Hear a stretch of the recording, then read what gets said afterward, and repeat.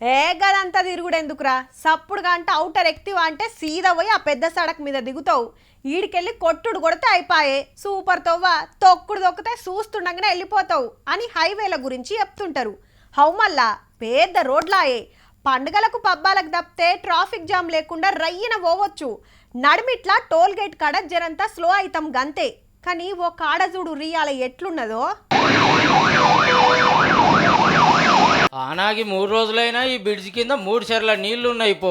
అగో బస్సులు, కార్లు, ఆటోలు, బండ్లు ఎట్లు ఈదుకుంటూ వస్తున్నాయో రోడ్డు మీదనే మడుగు తయారై మోకాళ్ళలోతు నీళ్లు మసిలినాయి. అందులోకించే పెద్ద పెద్ద లారీలు వస్తుండే వరకు సడక్ మీద పెద్ద పెద్ద పొక్కలు పడి సుక్కలు చూపిస్తున్నాయి. కార్లు, ఆటోలు, బండ్లు అన్ని దిగబడుడే.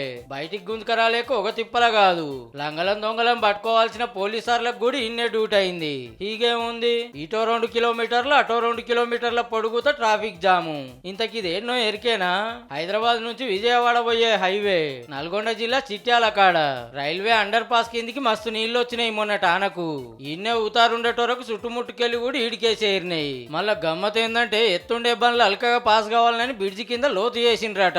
గట్ల మంచిగా మడుగు తయారైందిగా. వచ్చిపోయేటోళ్ళు మనిషోది కరుచుకుంటే గప్పుడు జాతీయ సడకుల శాఖోళ్ళు, మున్సిపాలిటోళ్ళు వచ్చి మోటార్లతోటి నీళ్లు తోడేసే కార్యం పెట్టుకున్నారు. హైదరాబాద్ విజయవాడ పెద్ద రాష్ట్రం మీదనే గిట్లయిందంటే చూడుర్రిగా.